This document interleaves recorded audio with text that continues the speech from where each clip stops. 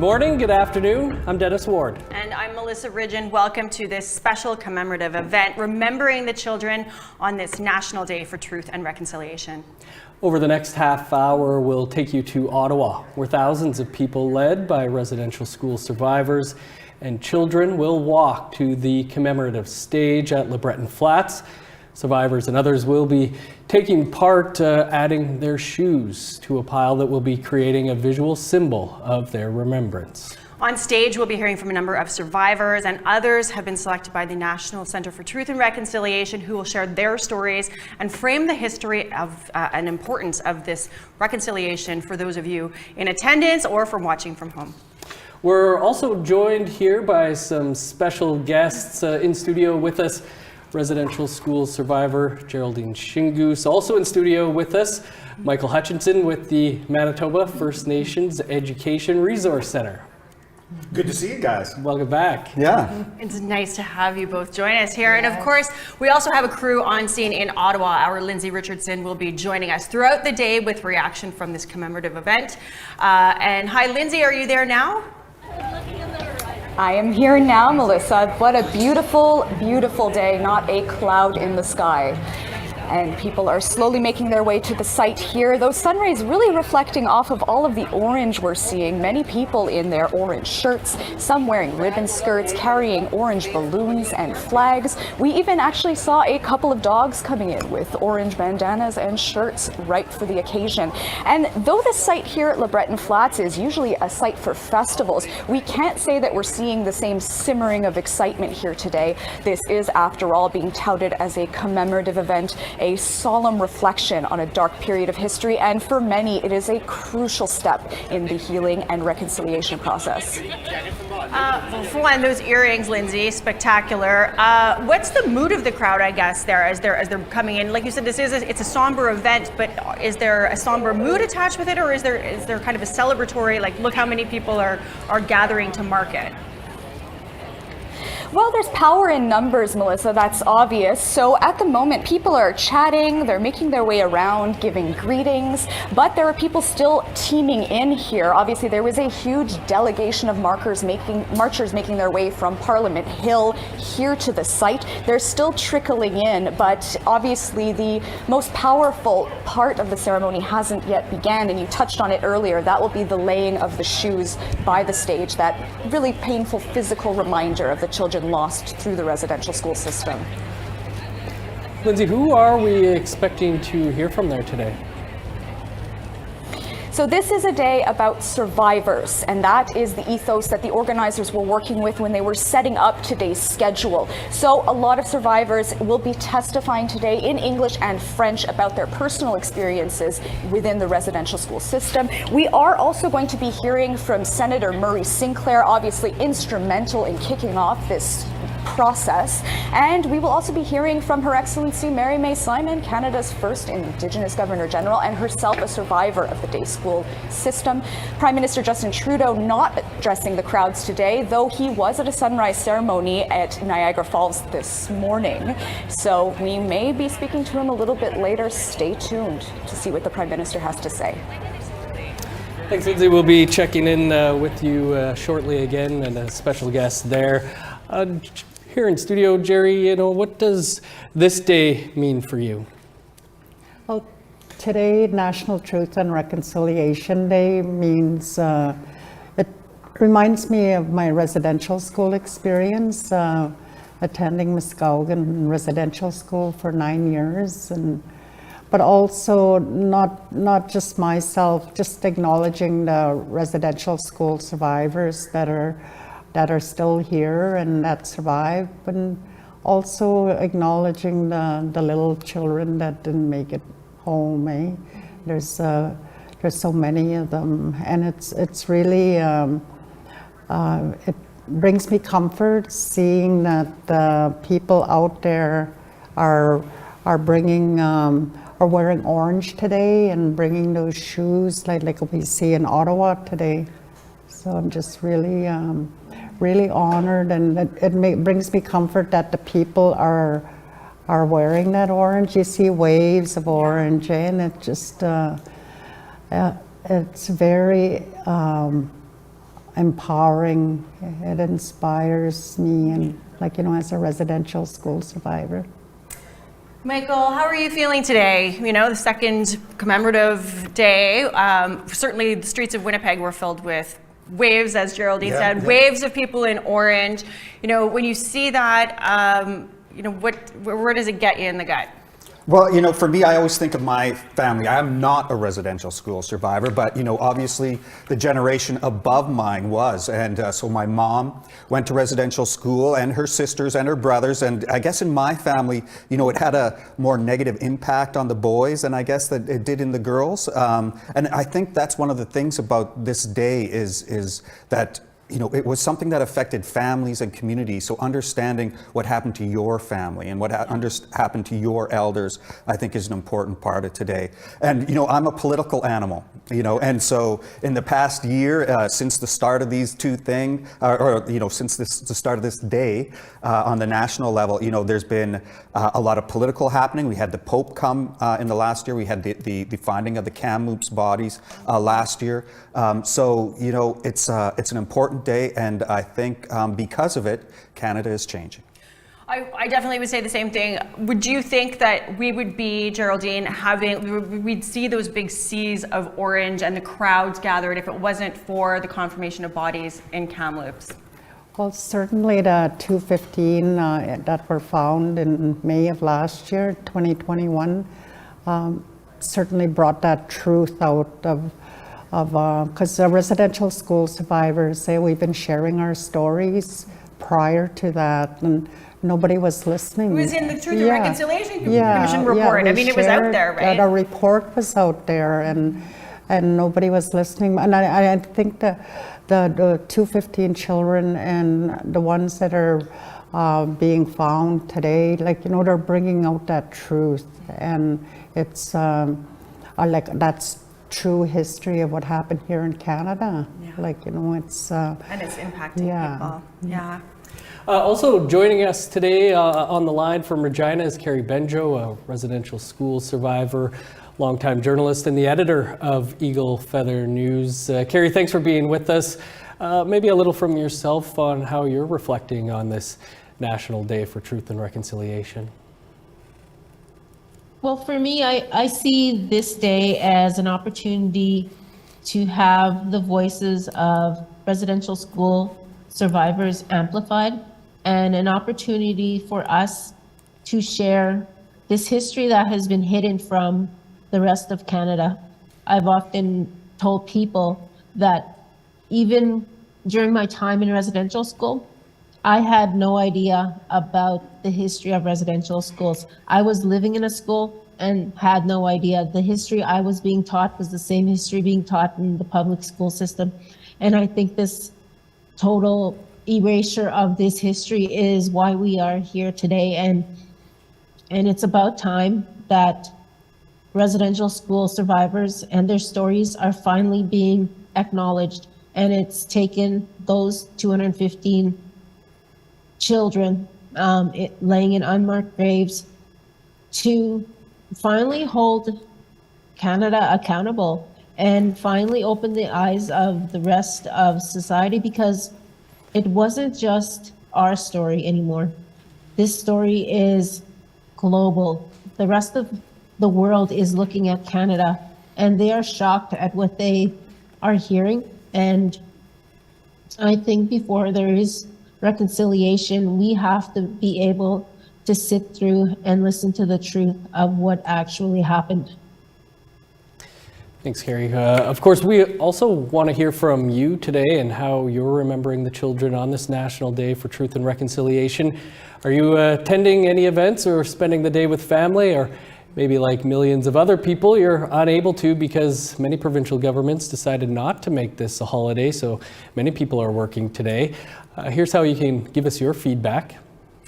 You can send your emails to news@aptn.ca. You can leave a comment on aptnnews.ca. You can, of course, find us on social media too. That's Facebook, Twitter, Instagram, YouTube, and TikTok. Follow APTN News, join the conversation, share your thoughts, see all of our latest stories.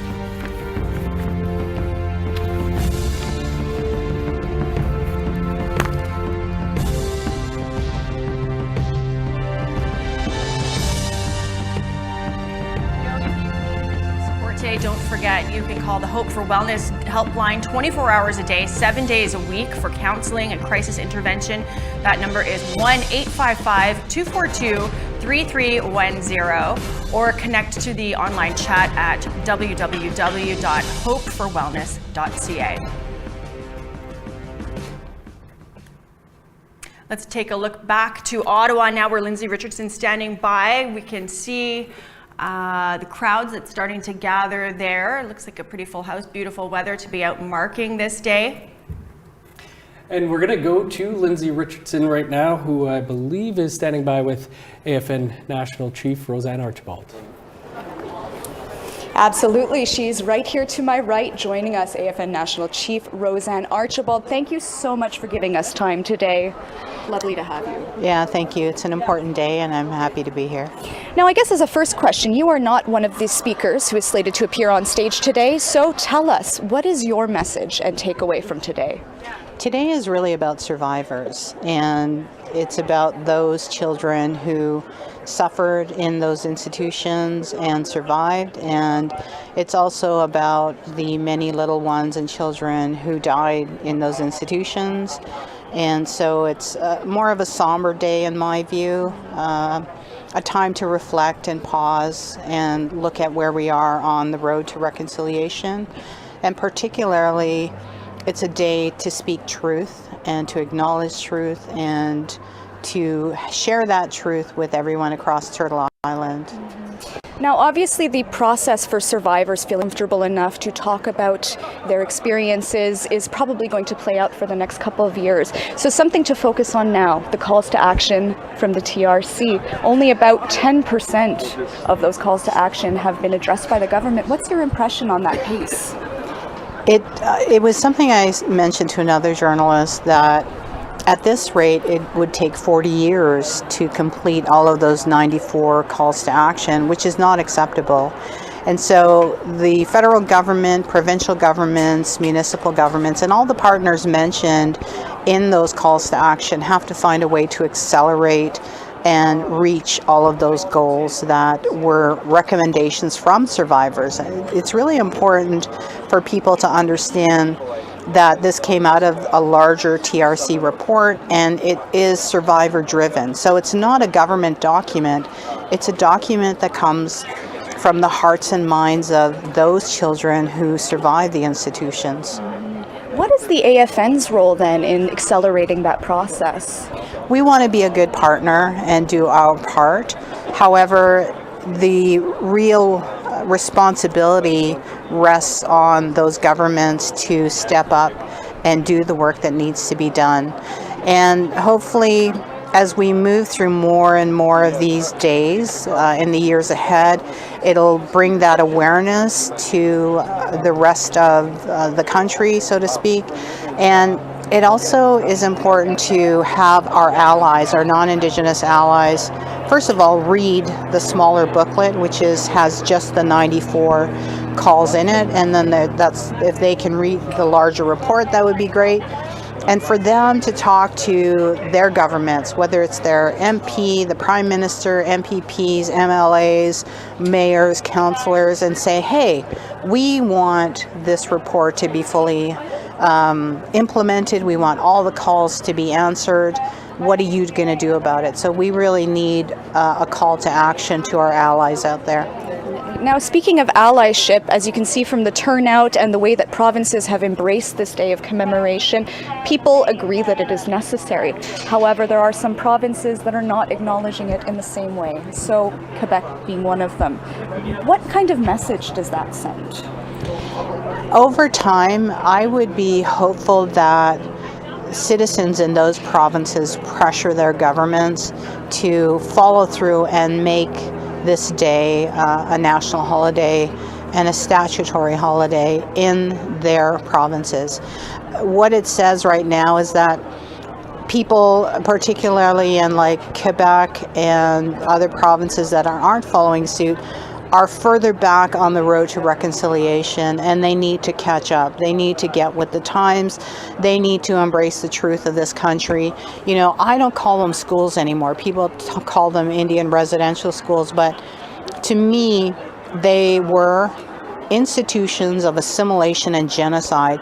And even the Pope himself, as he left the country, was asked whether he believed that genocide happened here. And he said, yes, genocide happened here. And so that truth must be told over and over, and not just to say the negative part of it, but what are we going to do about it? How are we going to heal from it? How are we going to move forward from it? Those are really important questions to answer as we move forward in a healing process, what we call the healing path forward. And again, touching on the situation in Quebec, we just marked 2 years since Joyce Echaquan's passing, and the government's still reluctant to acknowledge systemic racism as being the root of the problem. Can we have the progress that you're talking about without that acknowledgement and acceptance that there is a system, or there was a system, of racism that existed? Obviously, the first step in addressing a problem is to acknowledge the truth. And the fact that there is a resistance to the truth about systemic racism in the province of Quebec is a definite barrier to reconciliation. And it's work that is, you know, the First Nations in Quebec are doing great work, like Regional Chief Ghislain Picard is doing that work of moving those kinds of truths forward and trying to create a space for healing and trying to create justice, equality, and equity for those First Nations. So we continue to work on it. And we're going to be relentless about it. You know, just because somebody says no to you the first time on something as truthful as, you know, the history of this country or systemic racism that exists here, the first denial means nothing to me. You have to just keep being relentless in the pursuit of truth and justice. Okay. Any final thoughts before we leave you for today?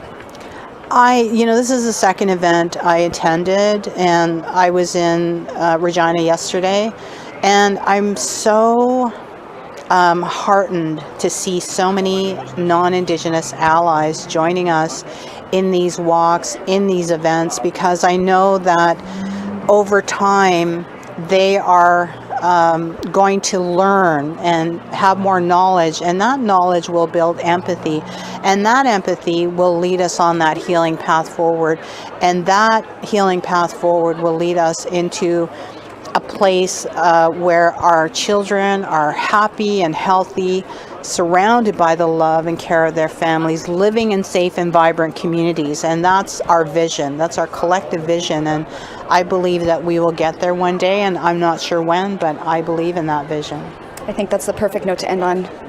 Thank you so much, Roseanne Archibald, for joining us. Many, many more voices to be heard from today, so stay tuned with us for all of the latest. Thanks so much, Lindsay. It looks like the crowd's filling up there. Looking like hundreds, maybe thousands are likely to be there. Events getting underway that will take you to live in about 12 minutes time or so.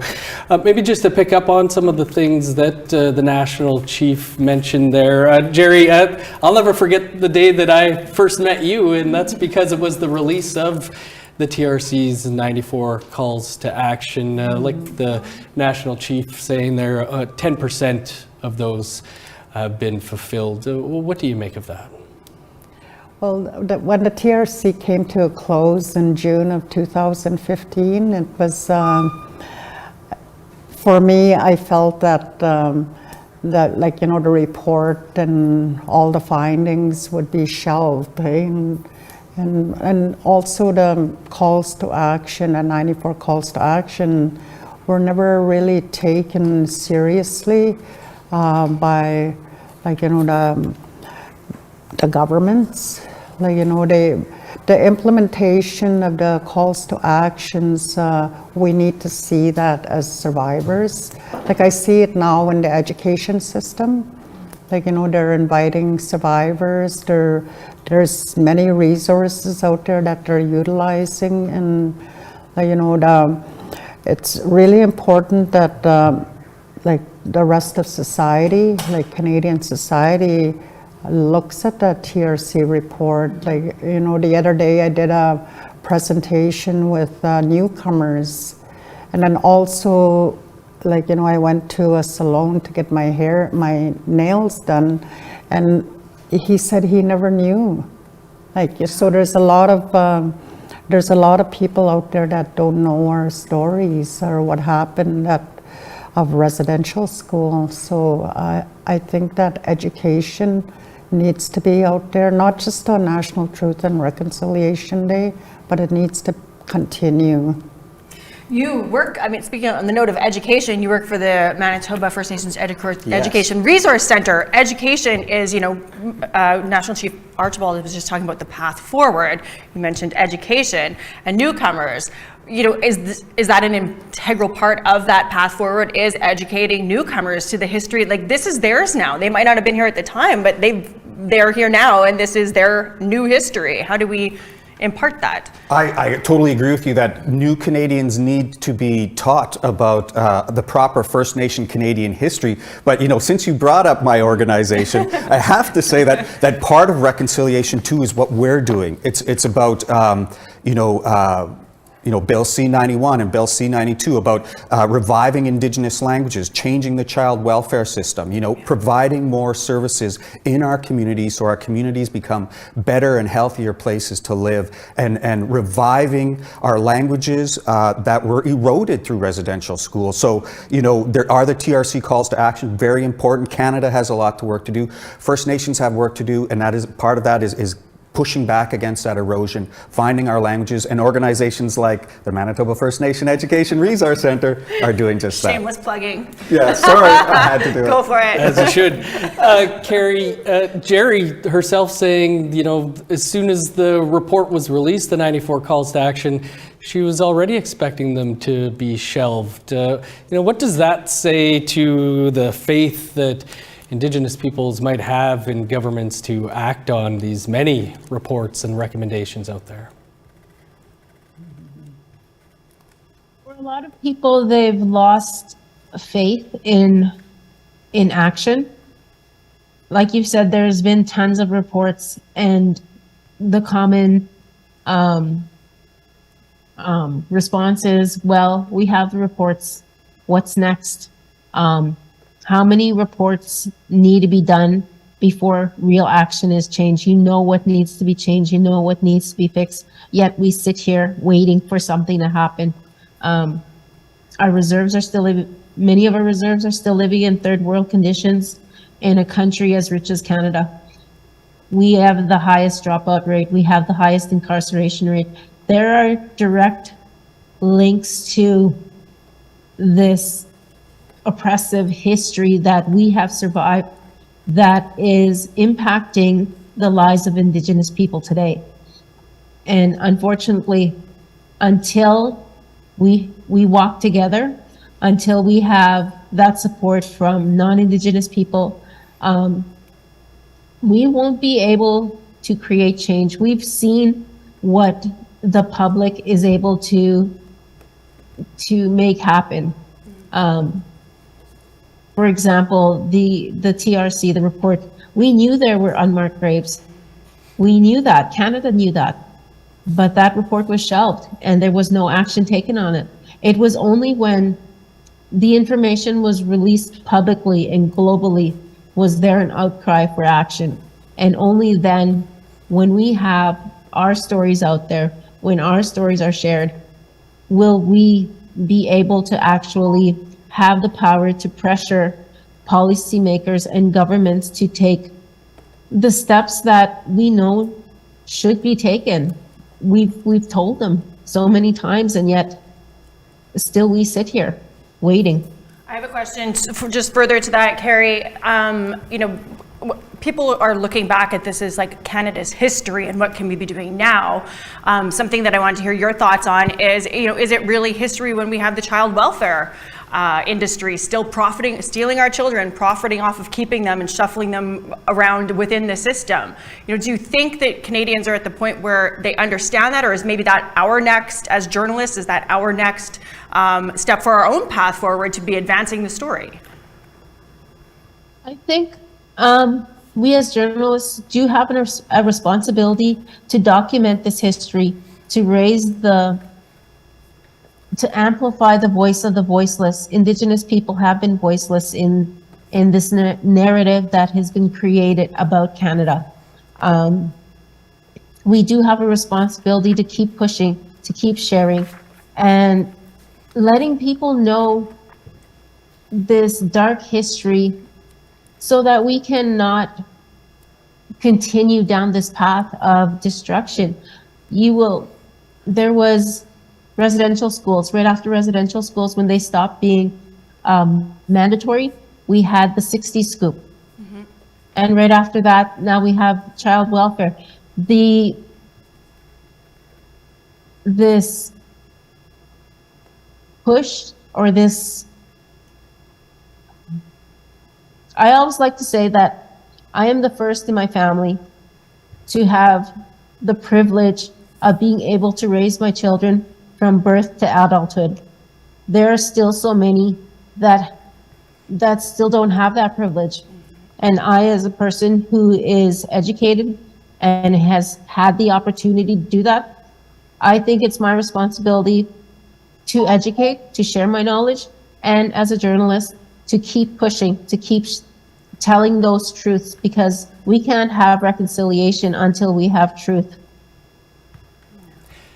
As we see the people continuing to gather there at the commemorative event in Ottawa, and Jerry, we know here in Winnipeg and in other places right across Turtle Island, hundreds, thousands of people will be gathering today, but only one province and 2 territories have made this a statutory holiday. A lot of people won't be able to even afford to be with family and stuff today. Do you feel that this should be a statutory holiday straight across the country?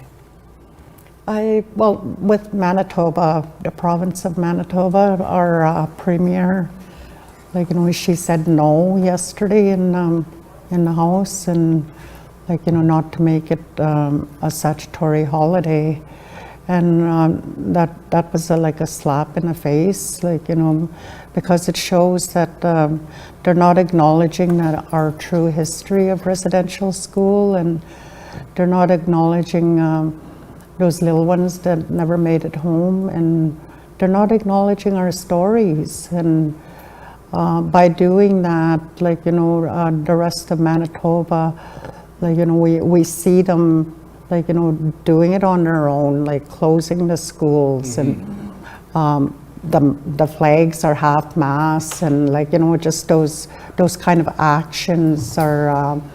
I think that true reconciliation comes from the normal, regular citizen that's stepping up and doing those actions. We don't need those leaders, that are refusing to acknowledge that truth. And yeah, so it's like today you see that sea of orange, in Ottawa and Winnipeg. They're walking with us. They're walking beside us. It's and it's going to continue. It's going to increase. You think so? Oh yeah. As we move forward, it's going to increase, because a lot of people are finding out, what happened to us in residential school, and I hope that it carries on, because we're not going to be around too longer, us survivors. So it's left to our children and our grandchildren, to teach that history, and it has to be acknowledged. It has to be respected. My experience in residential school needs to be respected. It's not just me, but other survivors too as well. I hope you're right. Yeah. I hope it does continue. I have to say, I worry about things like this when there's this big movement, this swell, and then, is this going to be it? And then next year it's smaller, and the year after it's smaller, and then it gets to nothing. That is a little bit of a worry that I have, but I hope that I'm wrong and you're right. Mm-hmm, yeah. And the Jerry's here for many more years with us Yes, still. also. Yeah. We're going to head off to Ottawa here right away. As you can see, the crowds are filling up there.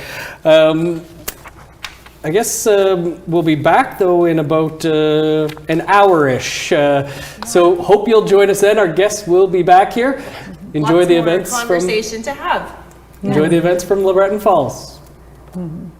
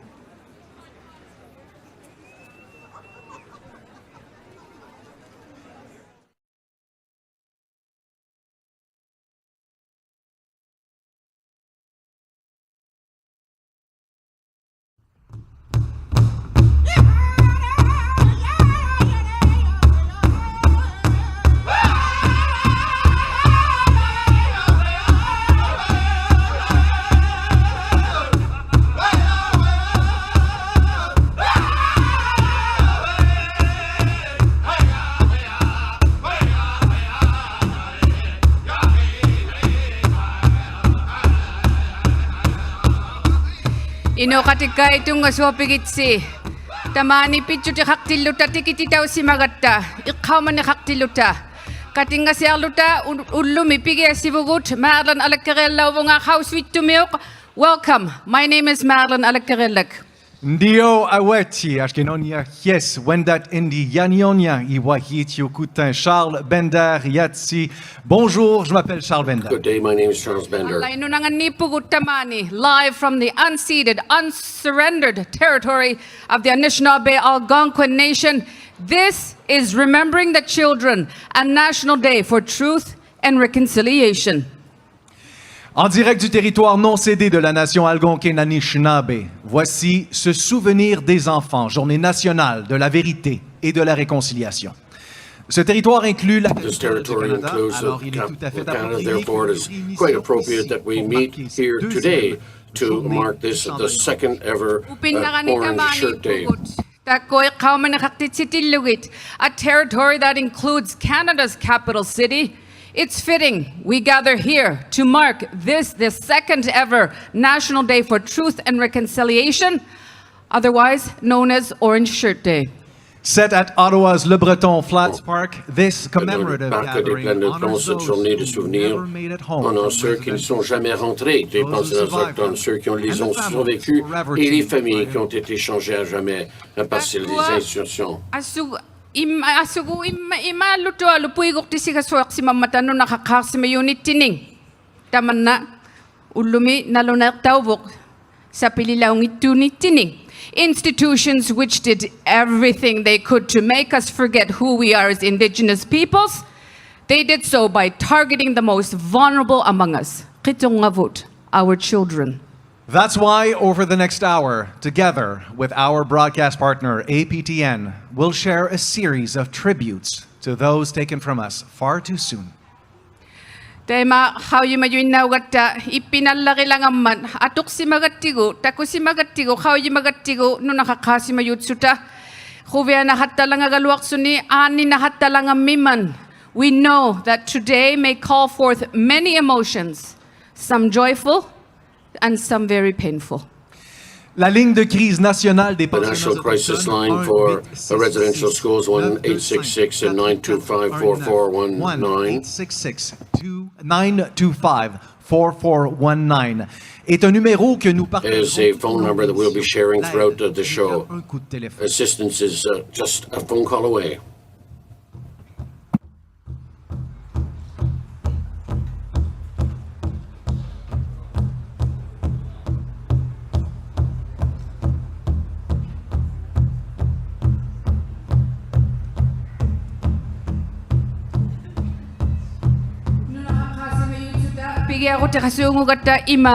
As we so often do, we begin with ceremony. As members of our opening procession arrive to bear witness, so too a very special object, a traditional red cedar bentwood box. Handcrafted for the Truth and Reconciliation Commission by Coast Salish artist Luke Marston. This box was at all TRC events, including the delivery of its final report. And Luke, the artist, is here with us today, helping to carry the box he created to receive and preserve the deeply personal items, each signifying healing and hope. Taimatsiak mamisaluta pikata lang agata tatsumasa nang wataw si mayub kinakaupok tako isumagitsugit no nakakasimayunivut inyunivut allangayuilu tako ilisat. Its faces reflect the distinct cultures of former First Nations, Inuit, and Métis students. Faces we'll see and hear echoed over the course of this program today.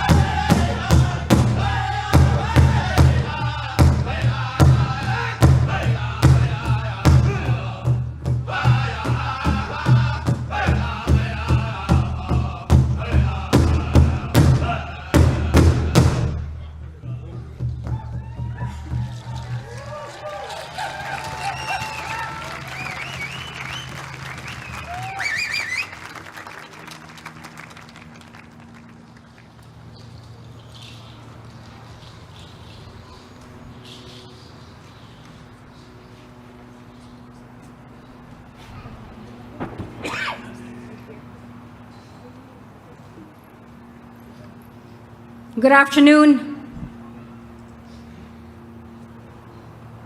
To the survivors, to the children who did not make it home, to the families, to the relatives, and to everyone who is here. My granddaughter is standing here with me because she's a survivor. We thank her grandparents for surviving to ensure that she and all our grandchildren from coast to coast to coast would be here today. We are honored that you are here. And on behalf of the Algonquin Nation, we say Chimigwedj Nichkiwedog Ashishanishnabeg, Chimigwedj Kibijaye Goma, Nongoma Nishnabeaki. We come together with that one heart, one spirit, one voice. Let us lift our heart and our spirit. Let us together say to the one who put us here, to the one that made all, and we say, Migwedj Kishiminado, Migwedj Kinakego. Chimigwedj. We thank the Creator for His many blessings, as we thank our ancestors to ensure that the beauty of our grandfather the eagles continue to stand with us. We thank our grandmother the moon and our grandfather the sun and our mother the earth to ensure that the beautiful voices of our singers with the drum continue to sing those songs of our ancestors. That is our prayer here today. Let us feel that in our hearts. Let us feel that in our spirit. Let us honor. Let us remember. Let us love one another. For indeed the Creator loves us. Migwedj Kishiminado, Migwedj Kinakego, Migwedj Onje, Kizagi Eduin. We thank you, Creator, for the beauty of life, as we thank you for all of love that you've given us. Chimigwedj. Thank you for being here. I love you. Migwedj Kizagiyin. Migwedj. Wave.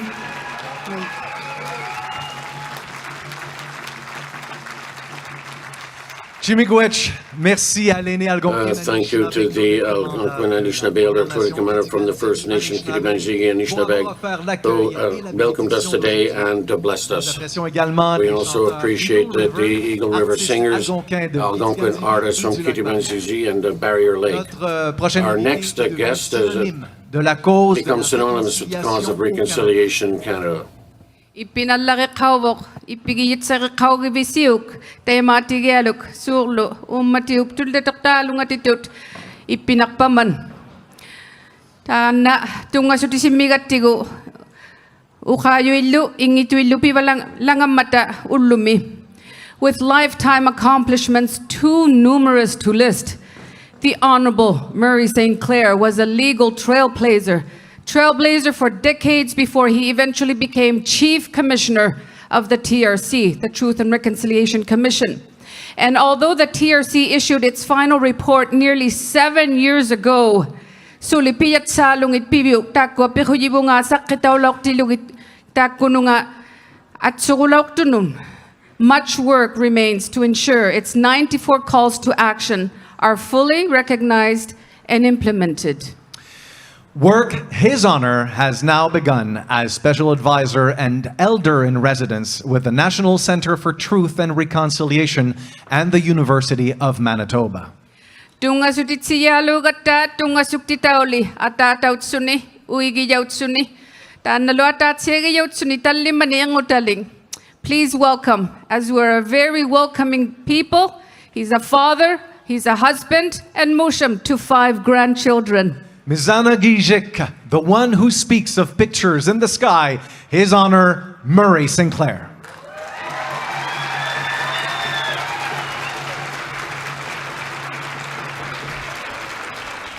Bonjour, Takanasatuk, Mizana Gijik, and Dizinakas, Ego Dodem.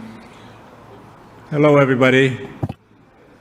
Your Excellency, Governor General Simon, Your Honor, Prime Minister, and all of the elders who are here, and all of the survivors, and the children and grandchildren of survivors who are here. I bring you greetings and thank you for allowing me to speak to you for a few minutes.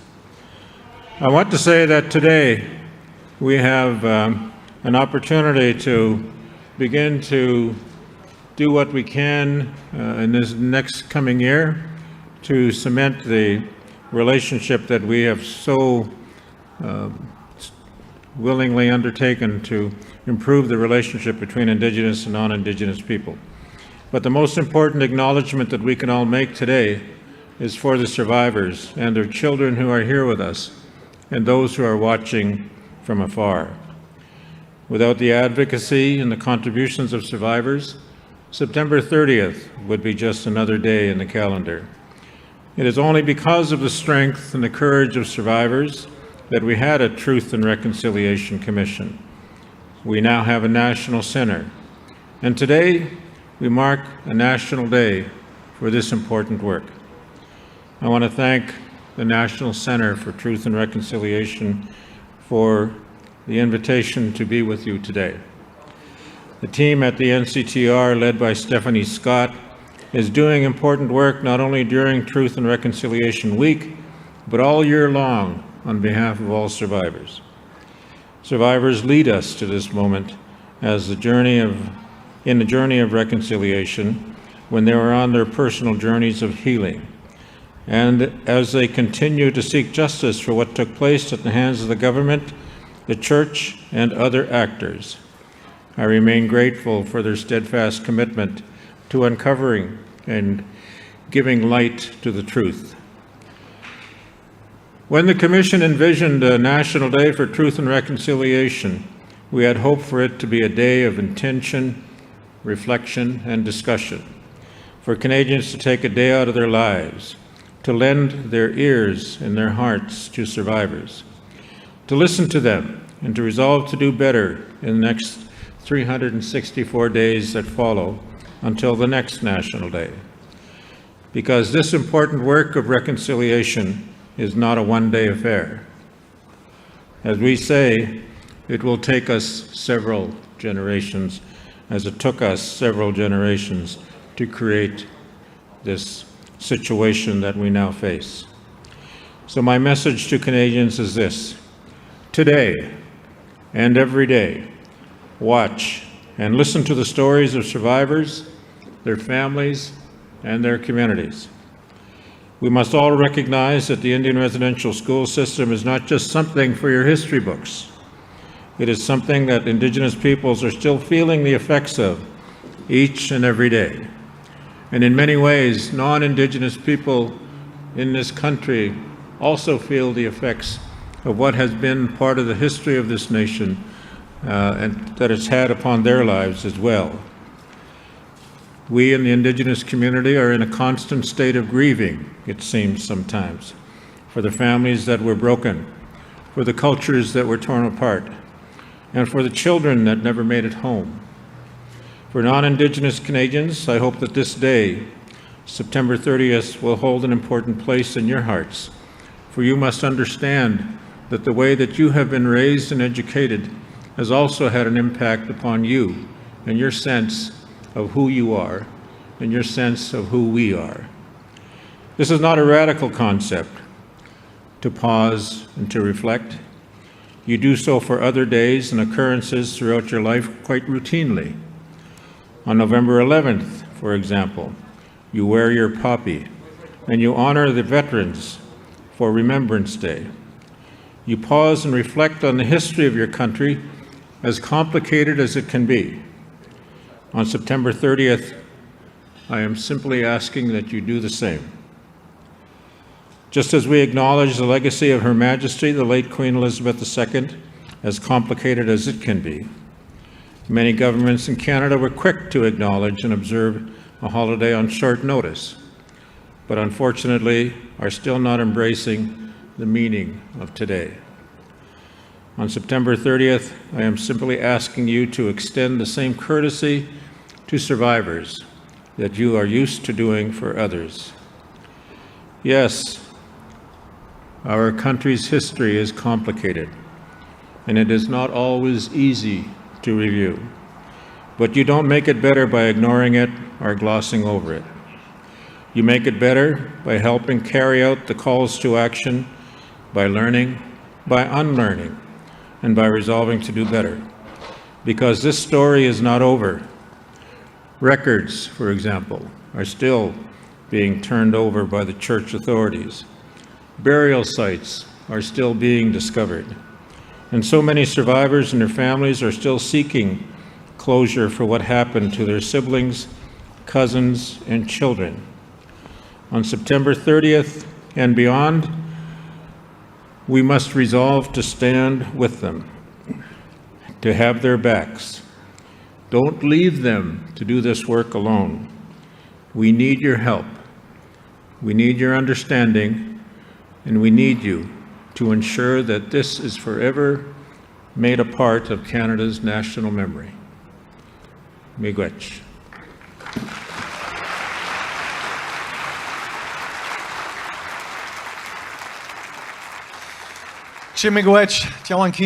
Nos remerciements à l'honorable Murray Sinclair. We thank the Honorable Murray Sinclair. Ino katikay ingitut pilang amimata ukaw sirikatakpaka. Tana ingisimiyok Montreal miyugulik suni ino kativut. Our next performer is a Montreal-based singer-songwriter. Ala amak suni inut sa kami. Born and raised in a region close to my heart. Anantia kukano na vimiusayaw ni mimata. Beatrice Deer's song, Mother, speaks to the heartbreak so many women suffered when their babies were stolen to the schools.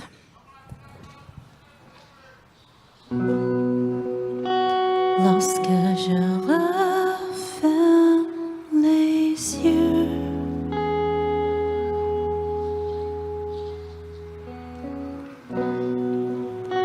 lorsque les cris en moi résonnent,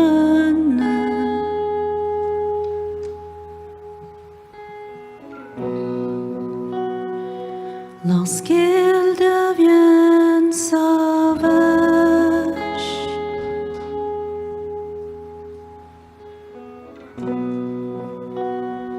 ces routes il a douté. Tu es mon feu, ma source de lumière. Je porte en moi ce rêve millénaire,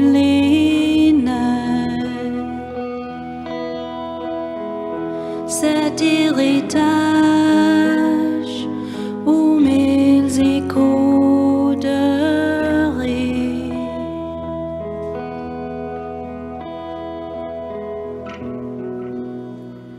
Au-delà de mes autres troubles,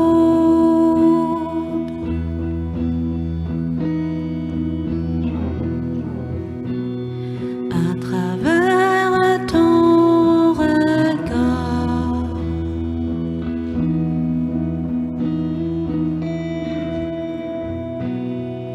j'ai vu tes os cassés.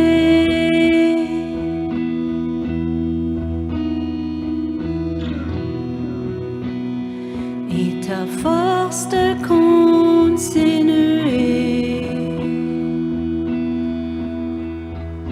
Tu es mon feu, ma source de lumière. Je porte en moi ce rêve millénaire,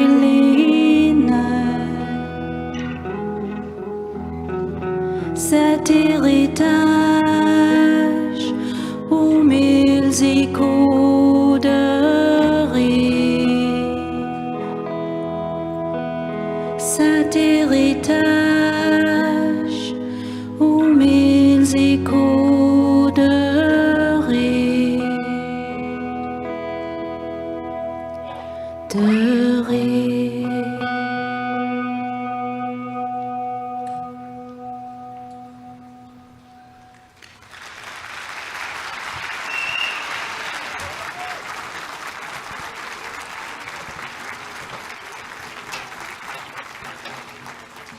Ipinalaki kataktok nakukmik Beatrice.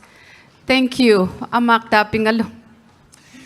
Originaire de la Première Nation Abitibi-Winnie, From the Abitibi-Winnie First Nation that is now known as Quebec, Richard Kabatish is a facilitator, an organizer, and a community leader.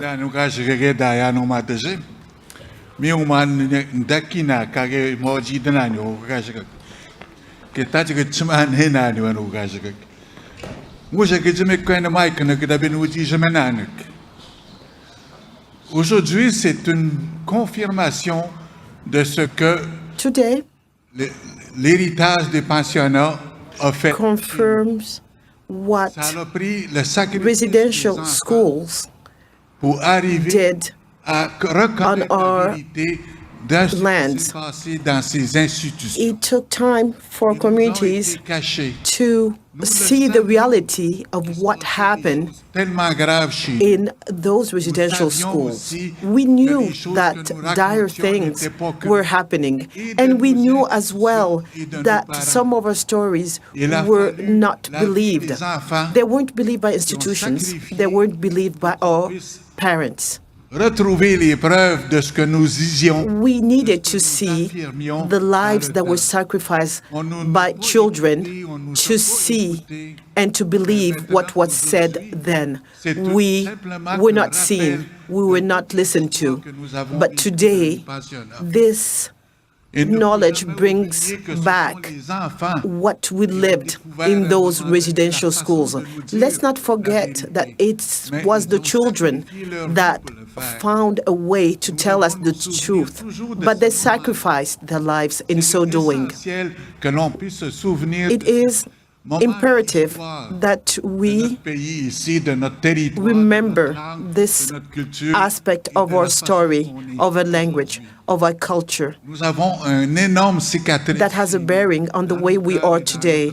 We have hurts, and what we lived make of us people that have their soul burnt. And we have to remember all these events the way we are doing these events today for us to look to the future. I thank you very much for your attention to my little presentation.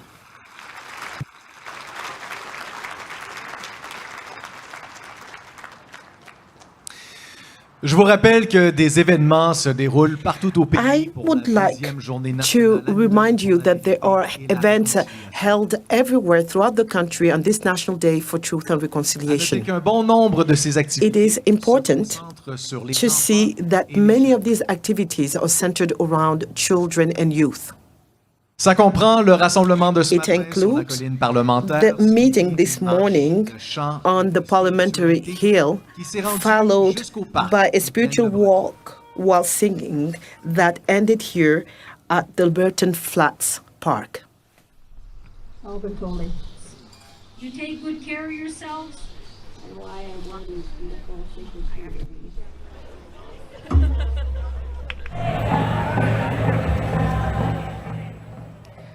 Inu katikai khawi mavut ang ayok karayaw lautun kitongayok tun aksak daw yun pigyalak kivulilaw kivuli namong nga mga tanamong nga taon ng mga tanamo aksak taon ng mga ta. Perhaps the only pain worse than losing a child, Charles, is not knowing what happened to them. un destin beaucoup trop fréquent dans les pensionnats du Canada. C'est pourquoi le a destiny way too frequent in residential schools. This is why the National Center for Truth and Reconciliation created the National Registry. Bonjour. Good afternoon. Miskwa Nakwada Kwe Indigenous Wabashishi Dodem. I'm from Treaty 1, and I say miigwech for welcoming us to the unceded territory of the Algonquin Nation. I would like to acknowledge all the survivors that are here today, the elders, knowledge keepers, leaders, and all my relations. I am the daughter of a residential school survivor, and I am a 60 scoop survivor.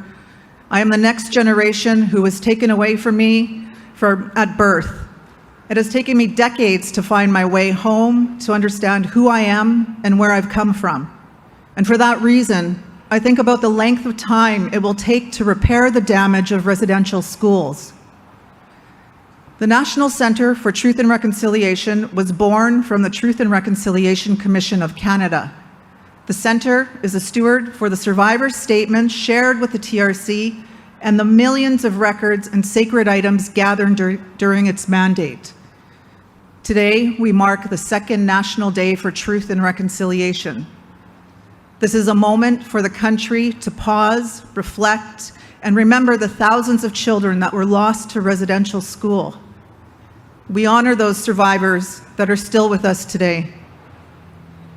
This day is an opportunity for all Canadians to learn about the treatment of Indigenous peoples in the residential school system and other colonial institutions like day and boarding schools and Indian hospitals and the lasting harm that was done.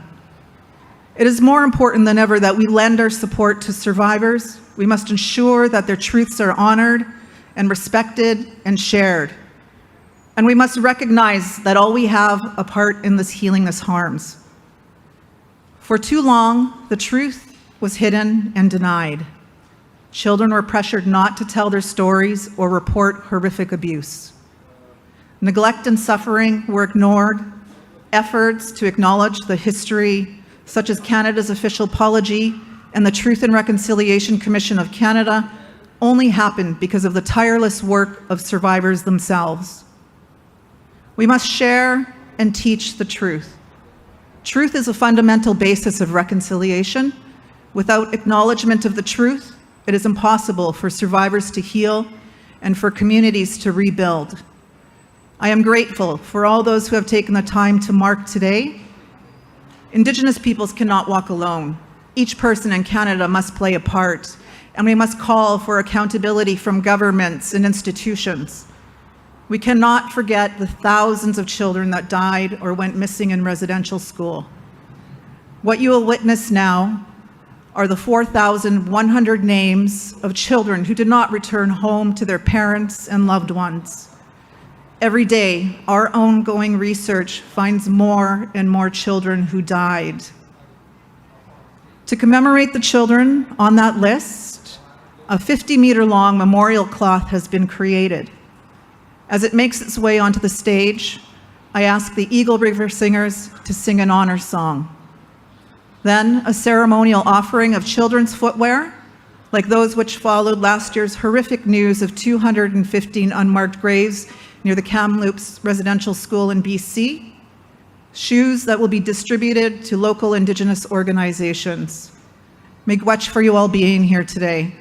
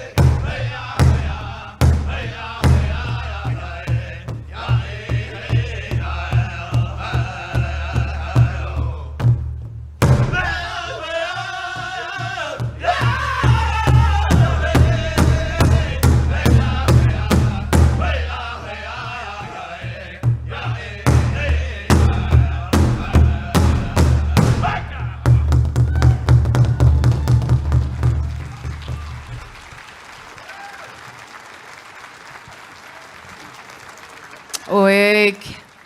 Ipinalaritong. Nakomi Stephanie, thank you Stephanie. Takwalo sikla tu viniapit. Takwalo isumagibabut uting isak tu viniapit. Takwalo tamangmik ikayok si makhawyut atiaping itay matakun nakawabut.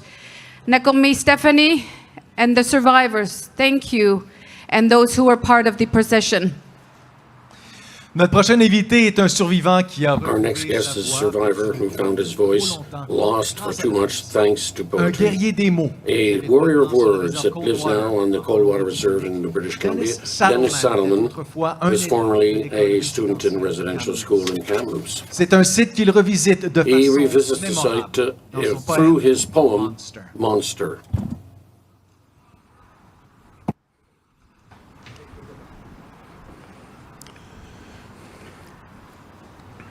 I was a small child.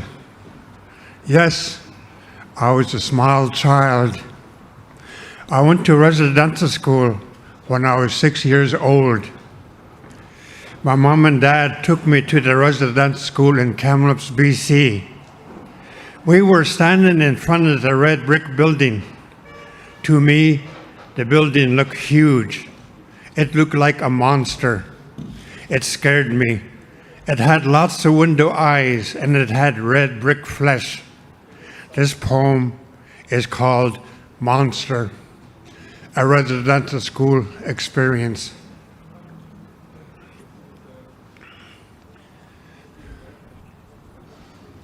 I hate you, residential school, I hate you. You're a monster, a huge, hungry monster built with steel bones, built with cement flesh. You're a monster built to devour innocent native children.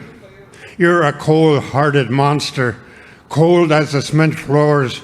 You have no love, no gentle atmosphere.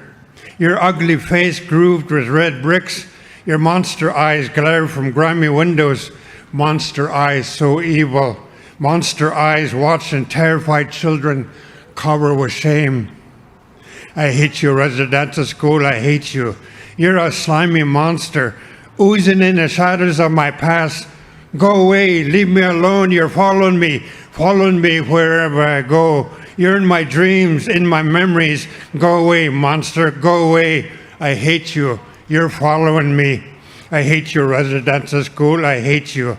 You're a monster with huge watery mouth of double doors. Your wide mouth took me. Your yellow stained teeth chewed the Indian out of me. Your teeth crunched my language, grinded my rituals and my traditions. Your taste buds became bitter when you tasted my red skin. You swallowed me with disgust. Your face wrinkled when you tasted my strong pride. I hate your residential school, I hate you. You're a monster. Your throat muscles forced me down to your stomach. Your throat muscles squeezed my happiness, squeezed my dreams, squeezed my native voice. Your throat became clogged with my sacred spirit. You coughed and you choked, for you cannot withstand my spiritual songs and dances. I hate your residential school, I hate you. You're a monster. Your stomach upset every time I wet my bed. Your stomach grumbled with anger every time I fell asleep in church. Your stomach growled at me every time I broke the school rules. Your stomach was full. You burped. You felt satisfied. You rubbed your belly and you didn't care. You didn't care how you ate up my native culture. You didn't care if you're Missy, if you're Piggy. You didn't care as long as you ate up my Indianness. I hate your residential school. I hate you. You're a monster. Your veins clotted with cruelty and torture. Your blood poisoned with loneliness and despair. Your heart, it was cold. It pumped fear into me. I hate your residential school. I hate you. You're a monster. Your intestines turned me into foul entrails. Your annals squeezed me, squeezed my confidence, squeezed my self-respect.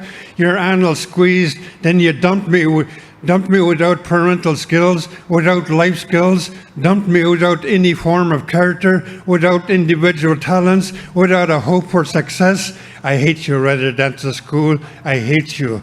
You're a monster. You dumped me in the toilet, then you flushed out my good nature, my personalities. I hate your residential school. I hate you. You're a monster. I hate you. 33 years later, I rode my Chevy Pony to Kamloops. From the highway, I saw the monster. My God, the monster is still alive. I hesitated and I wanted to drive on, but something told me to stop. I parked in front of the residential school, in front of the monster. The monster saw me and it stared at me. The monster saw me and I stared back. We both never said anything for a long, long time. Finally, with a lump in my throat, I said, "Monster, I forgive you." The monster broke into tears. The monster cried and cried. His huge shoulders shook. He motioned for me to come forward. He asked me to sit on his lappy stairs. I spoke. "You know, I didn't like my government father and I didn't like my Catholic Church mother. I'm glad the Native people adopted me. They took me as one of their own.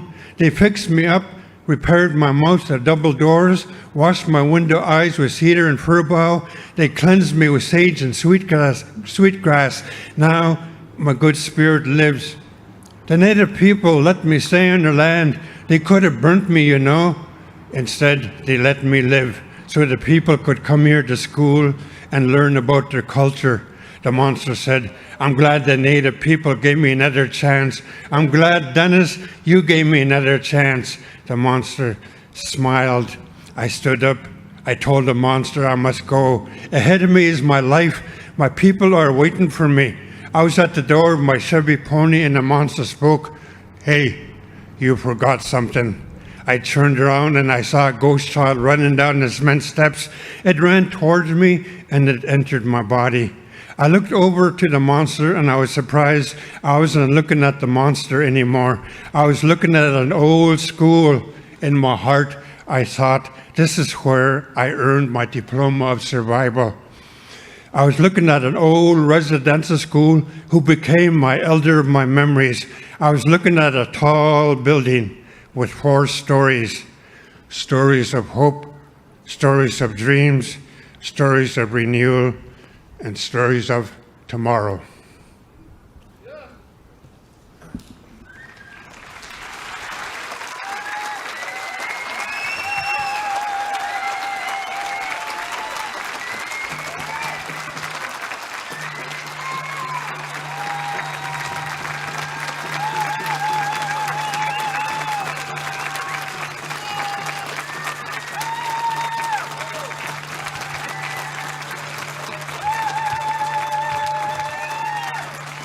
Wow.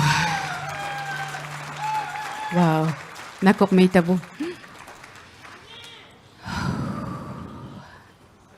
Tana kaya ko si Miyavut inulilak ti Mayok 1947 gutilugo kayang sualop jua mitawan ninyo na vimmi.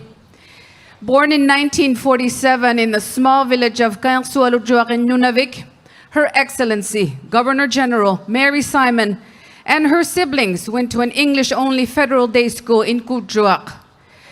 Takwa ilisa katingilyo tatsuma Mariup anitok tawalok tud inyok titu kausang minik atuliraming. From grades 1 through 6, Mary Simon and her classmates would be punished anytime they spoke Inuktitut, the ancestral language of her Inuk mother.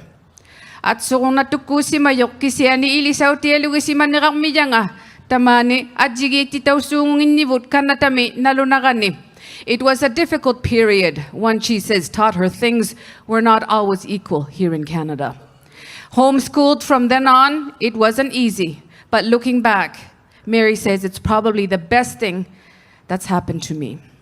Tunga Sutisijavutanna, here now with her message of remembrance and reconciliation. We invite Her Excellency, the Right Honorable Mary Simon, Governor General of Canada, Ukasimiyok, to speak.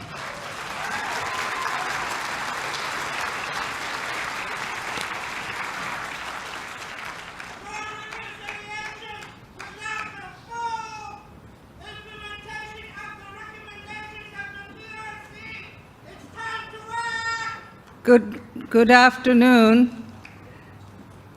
Unusakut nakomik tamani hatawata inyo hatigitsuta. Bonjour. Elders, survivors, Prime Minister, and everyone else here, my colleagues and my friends and fellow Inuit.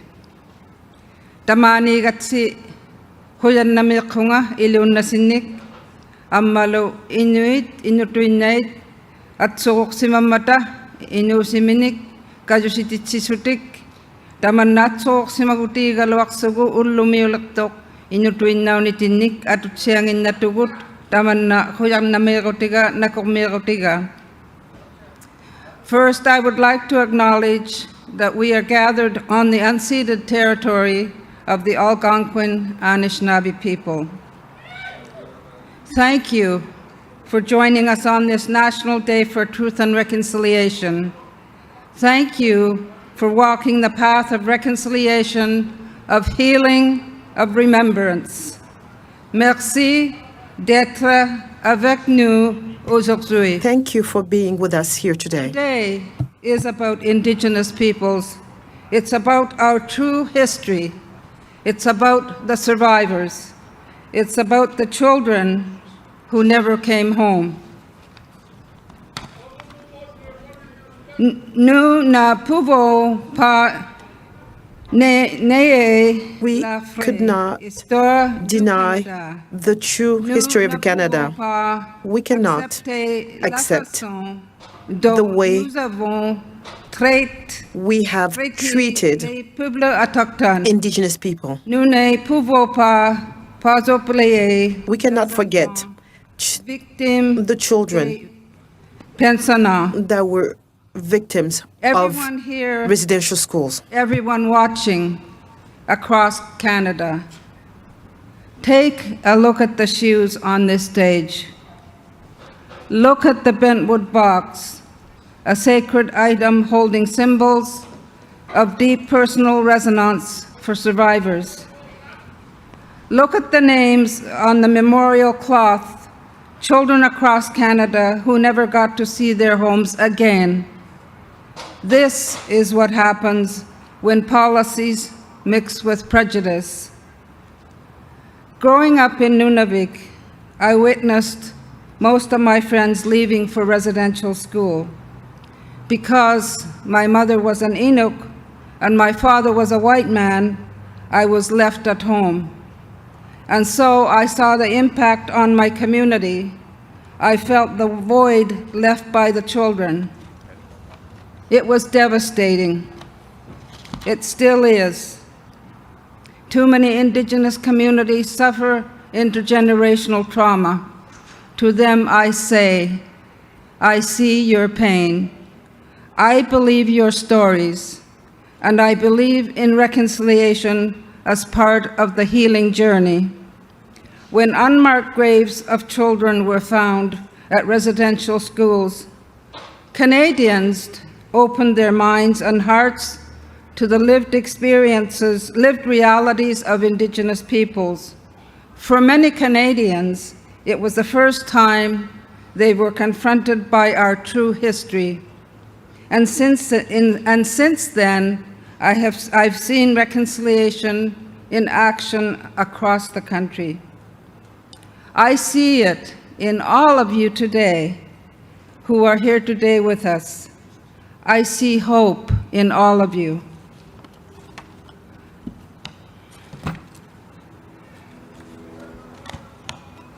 Ayuinata is a word in my language. It means never give up.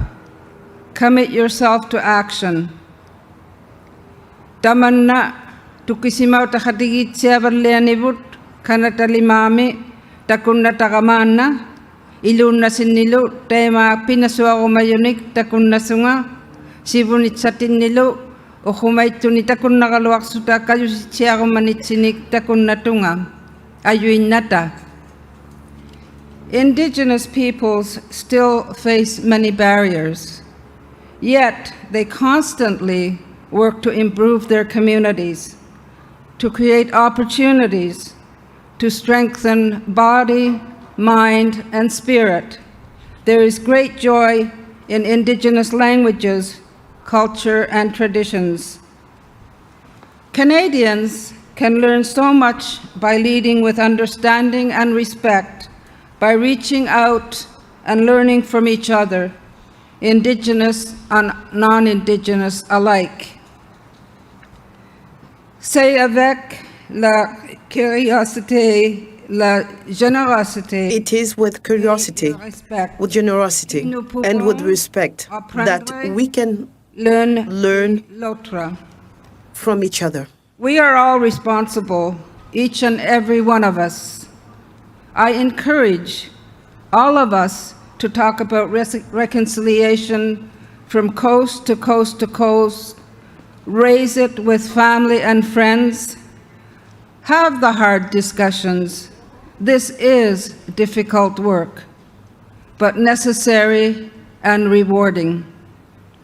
Ensemble, construisons un pays où nous pouvons Together, être let's build a country where we could be who we are without judgment, without discrimination. On this National Day for Truth and Reconciliation, let's raise our voice and take action today and every day. That is my hope for tomorrow. Thank you. Nakormik, merci, miigwech.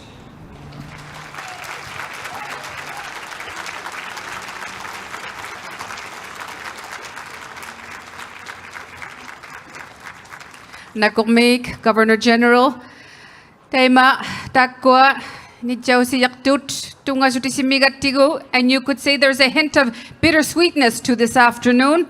With so much talent and creativity on display from younger voices especially, it's hard not to think of what and who were taken from us. Our people's future artists, leaders, elders, these were among the child casualties of this country's residential schools. Taima ulumita ko titaw sivugut, hanutigi alupiyun nang ninginig tamakwa inusuttun.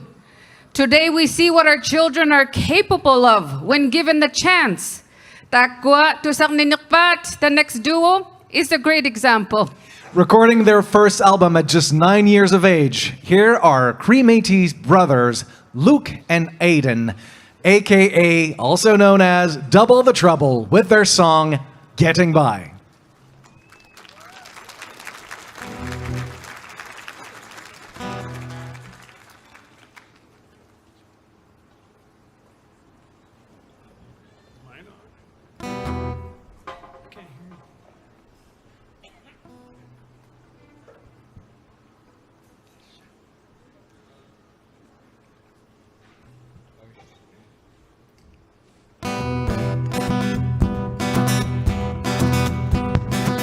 Looking back at 7 years old, never thought I'd feel this pain. But everyone's been through it, I see. Yes, we're all just the same. Hateful words stuck in my mind, won't let them go. Need someone to tell me why I'm so angry all the time. I'm getting through. Got my brother right behind me and my boys at Sue say don't worry about it, it's down the road. Just gotta keep on pushing through. I've been traveling this land, seen things I've never seen. Lets me know there's more around. Wanna move away from it. I'm getting by, getting through. Got my brother right behind me and my boys at Sue say don't worry about it, it's down the road. Just gotta keep on pushing through.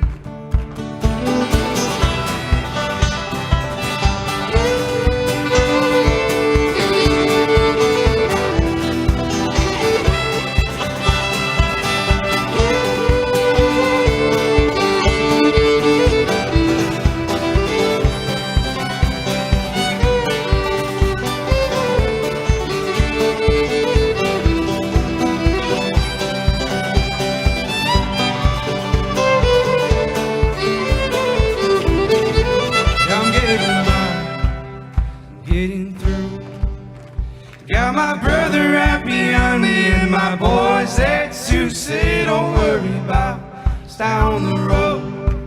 'Cause we'll be right there next to you. I'm getting by, getting through. Got my brother right behind me and my boys heads to say a word about down the road. 'Cause we'll be right there next to you.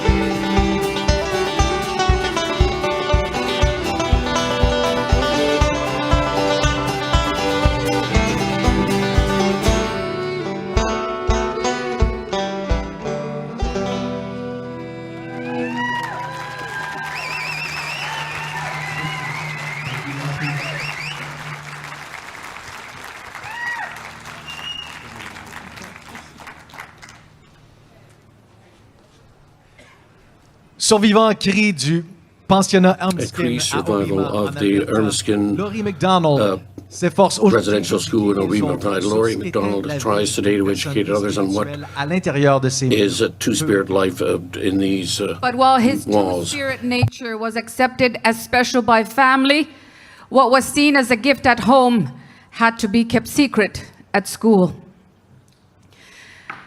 Estranged from their parents, alienated from their people, thousands upon thousands of stolen children were forced to forget who they were and where they came from. Dakwa aksataw si matsutik unga si tahak sutik angayok kamin ning ilamin nilo no nakatimin nilo. Thousands and thousands ngin nito aksataw si mayunutagait. Puiga kuyaw hatta si malawk to kinaw ng minik nakinga ng minilo.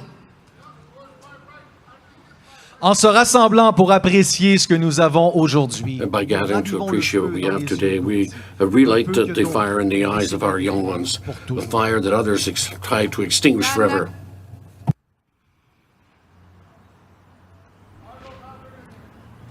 Kigulibami ukati si Jabo unno sa ipigusutok kanutigialok taman na ipinamanan.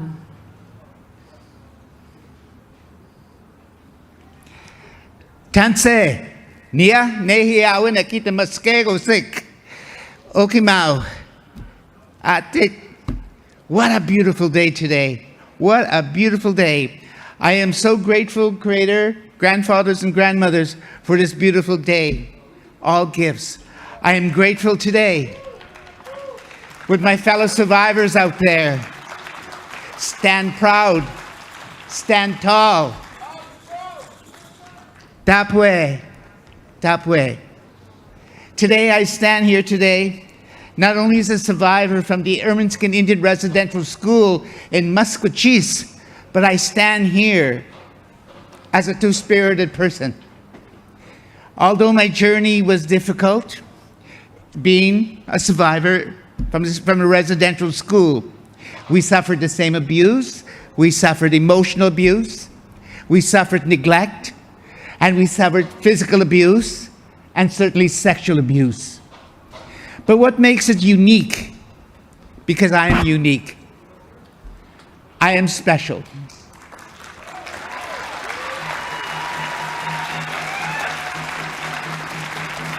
And being special is not of my making. It is the making of say Manito. Manito gave me a path. And how we choose to go on this path is an individual journey. My journey wasn't easy, but I tell you now, No Kumpan showed me the way when I was a child, a memory of 5 years old. She said, your path, my child, is not going to be an easy one. But at 5 years old, she said, the Creator has given you a gift. You may not understand it, but you're going to hold on to the core. You're going to hold on to the root of it till you're amoshum. But I did not know what she meant. Sometimes, and again, it's your preference in life. And then we say preference, whether I walk in this path, being my preference as a male, Being my preference is to having feminine intuitions. What are those tuitions? It's a gift, because I'm able to walk in both worlds and understand that there's a reason our two-spirited people existed long before the settlers came to this beautiful country. We had a role. We have to reclaim it. For those of my relatives out there, and they're right across Turtle Island, I say to you, my friends, I say to my friends and my survivors out there, I am 74 years old. It has taken me a lifetime to go back home. It's been 60 years since I went back home, since they took me away at 10. I had to go underground with that gift. But I'm here. I am here.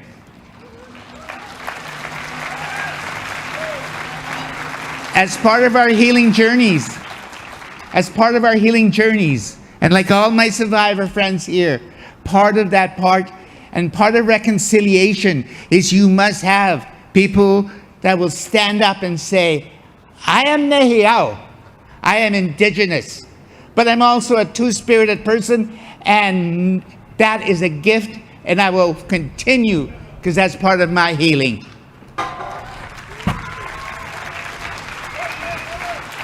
Reconciliation cannot happen without that truth-telling. The church told us to put it under the carpet. In their hypocritical mind, that was a sin. To Nokum, to all our grandfathers and grandfathers, they said, your role is in that center pole. Go to Sundance, pick up that pipe, and give your gift of hai. Hai se manito. I say to you, Miigwech, hai. Thank you.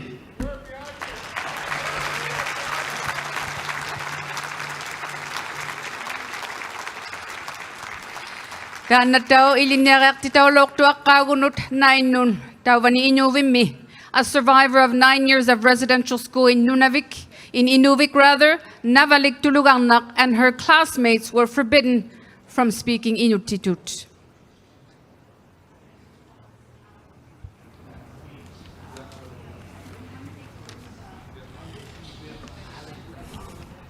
Hello, Kona Ilaugavit, Meli, Prime Minister, my fellow Inuit, Haimata, Kona Inuit Ilaugamik, Kona Kaigafi, Itkama Yunga Ublumi, Tulugang Natkut, Ernia, Kinaktak Tamangman, Ipakani. Hello. My name is Navalik Helen Tulugangna. I'm from Cambridge Bay, Nunavut. Today,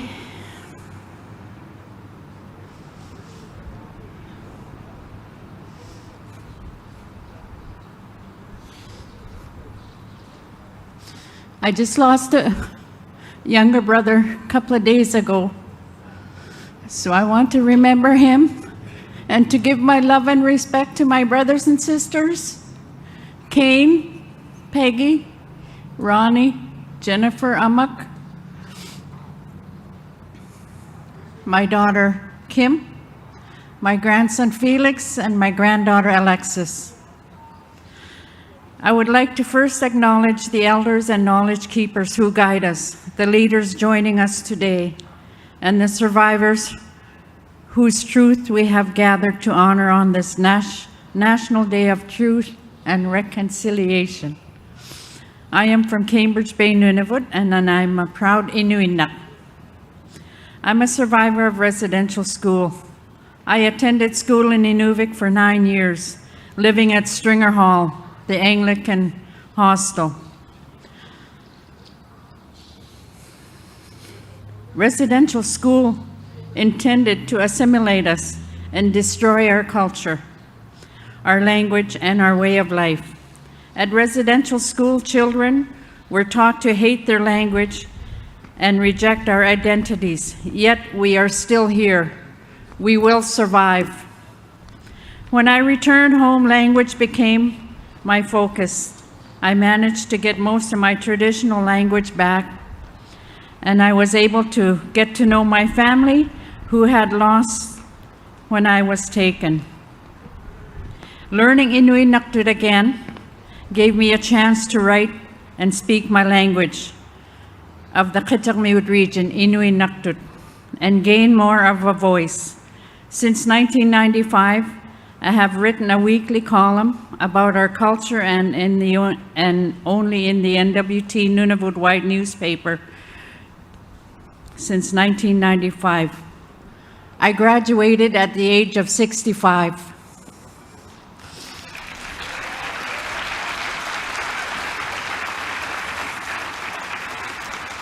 I couldn't have a graduation ceremony because of that darn COVID, so I graduated in my living room in front of a TV and my laptop.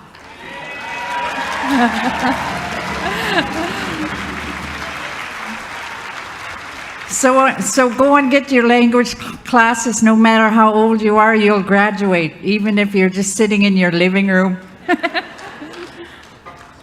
Sharing culture and language is important as we reflect on reconciliation today. Today we honor residential school survivors and remember the children who did not come home. Inukatit ka, ikaluptut tiyami, haloko mayatkit. It kaumanek pagit, tamafi, ilan noat kalo. At residential school, we went through so much loneliness, being away from family, parents, elders, and our community. Now it is all gone but the memories. And we must begin to heal now.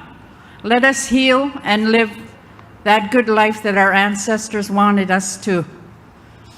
We remember the past, but we also must move on. We must heal from it and live healthy, happy lives, just like our ancestors.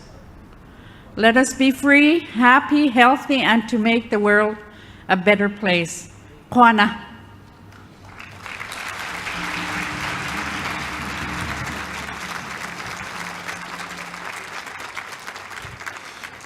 We conclude this afternoon, much like we began, with ceremony.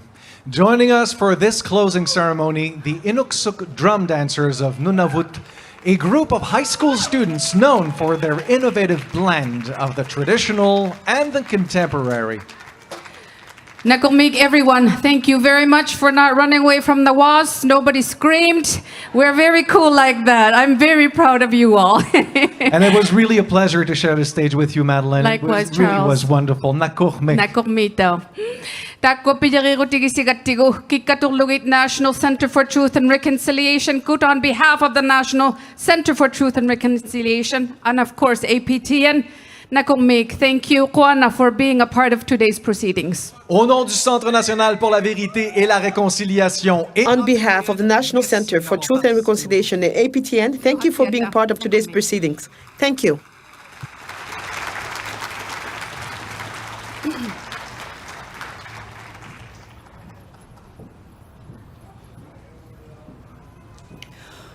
Once upon a time, there was an Inukshuk not too far from here. It was standing over there on a hill, and it would disappear and then reappear again. You can hear something, and suddenly the Inukshuk starts talking to you. You pop up and look around, and the Inukshuk disappears again. The Inukshuk, in the shape of a person, is used for navigation. It signifies safety, hope, and friendship, and is a true symbol of courage and pride. We leave the Inukshuk where it is on the land. Imakalitai matavani inuksulu alu ungatani ay gayak dudak utwaruni tusagalakta mini mini unikatsyaga yamiu kumulisa tilunga amulia yamiu Imakalitay matavani inuksulualu. Ungatani yay gayak dudakutwaruni. Tusakalakta mini mini unikatsyaga yamiu. Kumulisa dilunga amulia yamiu. Imakalitay matavani inuksulualu. Ungatani ay gayak dudakutwaruni. Tusakalakta mini mini unikatsyaga yamiu. Kumulisa dilunga amulia yamiu. Nunay nami sa dilunga, nunay nami kayamiu.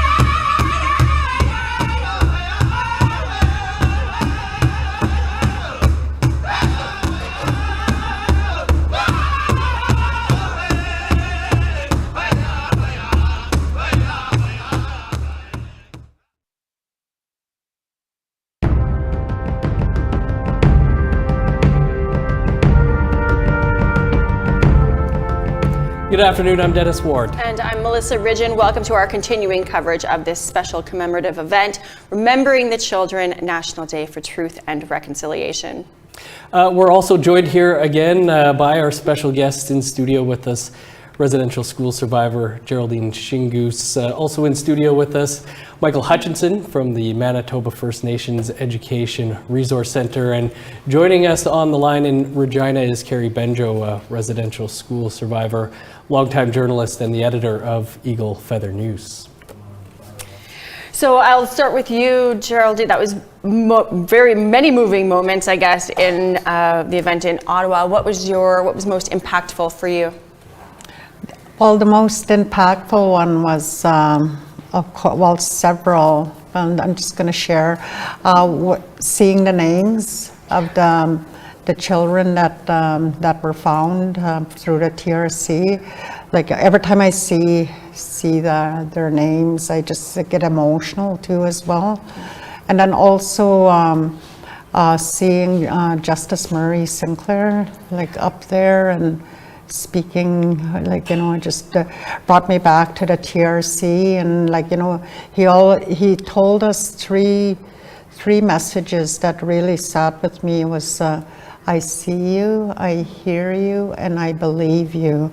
Like, you know, those three messages really always sat with me. And also listening to the survivors, like, you know, I just really very impactful for me, like, you know, just triggering my memories in residential school as well.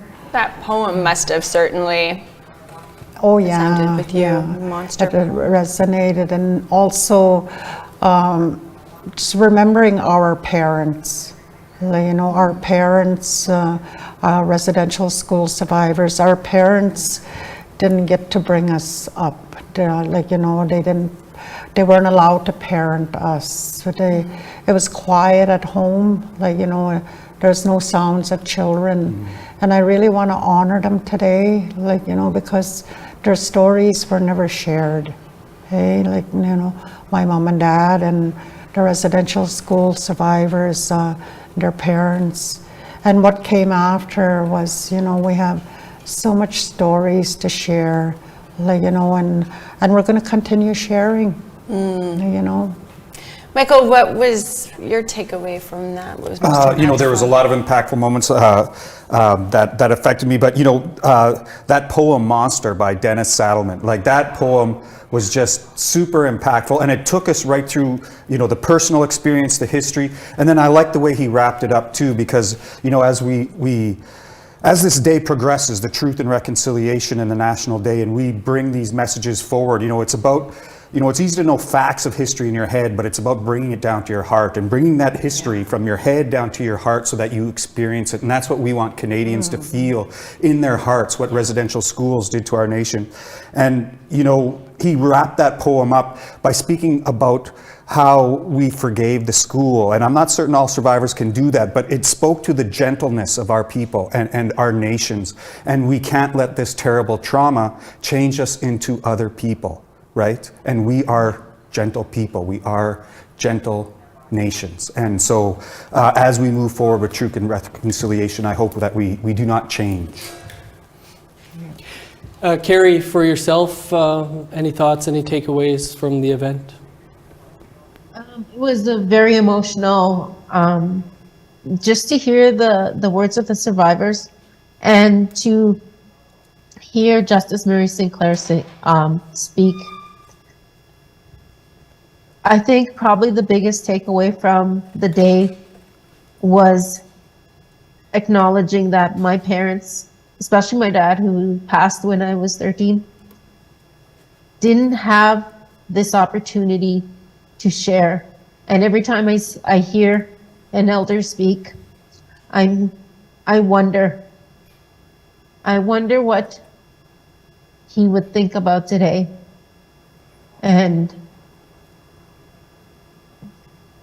And we talk about the survivors who have gone, and it's important to recognize them, but it's also important to acknowledge that there is an entire generation of survivors who have yet to speak and share their stories. I call myself a last generation residential school survivor because I was the last in 4 generations of my family to attend a residential school. And I attended the residential school in LeBret, Saskatchewan, which ran from 1884 to 1998. And so there are many people behind me, younger than me, who have yet to share their stories. And so when I'm speaking, I am trying to provide that space for them to feel comfortable, to come forward and begin to share what they know, share their knowledge, because the stories from my generation are different, but it doesn't take away the fact that we had to grow up in an institution simply because by the time residential schools were around when I was attending high school, they were so normalized. We weren't welcome in spaces. We weren't welcome in the public school system. So we were forced into these institutions, and ultimately that has affected generations. And we will continue to see generations of survivors being affected, because probably the youngest survivor from LeBret is probably only about 38. So there are so many survivors there that still have yet to share their stories. We're going to go now to our team in Ottawa who are on hand for this National Day for Truth and Reconciliation, where Lindsay Richardson is standing by with two young people who joined the event today. Lindsay. Well, as you can see, the ceremony of today is winding down with a round dance, but we're already looking forward to next steps and the next generation. So the two ladies here to my right are high school students from Tyendinaga Mohawk territory. So ladies, tell us, what are your impressions of what went on today? Coming here today, I didn't really know what to expect, considering some of the things that have happened in the past year. But even when I first stepped foot into Ottawa today, just seeing all the orange shirts and everything, and I saw people consoling each other, I immediately felt like I was at home with my community, and I just feel like I'm able to heal properly here today. This day has meant so much to me, my family, so many people, and what she said, seeing the orange shirts is so empowering and beautiful. Even the round dance that's going on right now, I feel so honored to be able to be here and share my story. Now I'm curious, a lot of talk today about empowering the youth and moving forward, since you are the next generation. When do you feel the most empowered in your culture, in yourself? Just being with my people and celebrating like this, the round dance, and just kind of connecting with each other and sharing stories and being able to be honest and love one another as it should be. Yes, being Indigenous, it's my identity, it's who I am. Even the beat of the drum, feeling that when you ask about what is empowering, knowing and having the knowledge of who I am and what my culture is, and being able to come together and honor all of the residential school survivors is very empowering and makes me really happy to be here with my family. Now, this reconciliation journey is obviously not a quick process, likely years, decades to undo the work that's been done. If we look ahead 30, 50 years from now, what kind of future do you ladies hope to see? I really hope to see a big change in the way our government is working right now, and I want to see a big change in our education system. And what I mean by that is implying more Indigenous history into our curriculum. Yes, exactly. Education. The school system, it has been improving on educating us on Indigenous issues, but it's not fully there yet. And we're seeing it happen, and we're the ones gaining that knowledge, but we still have to step in and help support their evidence and what they're saying about us. Sometimes it's correct, but it's still not fully at the level that it should be at. Nyawagoa ladies, for your time and for your candor, all the best to you. Throwing back to you, Winnipeg, there's still so much more to unpack. Thanks, Lindsay, and thanks to your guests. Of course, if you or someone you know needs support today, you can call the Hope for Wellness line 24 hours a day, 7 days a week for counseling and crisis intervention. That number is 1-855-242-3310, or connect to the online chat at www.hopeforwellness.ca.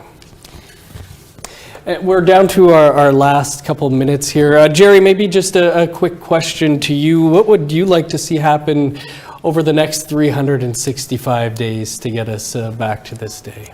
Well, I'd like to see our Canadian society, I guess, there's so many resources out there, and videos, and just to learn about residential school.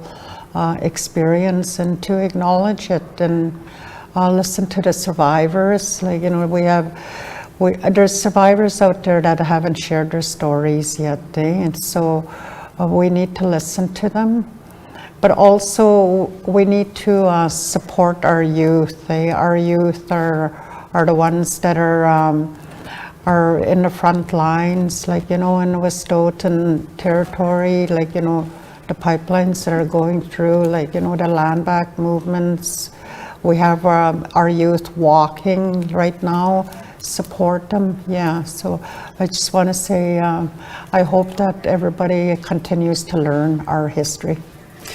Thanks so much, Jerry. Thanks to Carrie, Michael, everybody. Thanks to you for joining our special broadcast.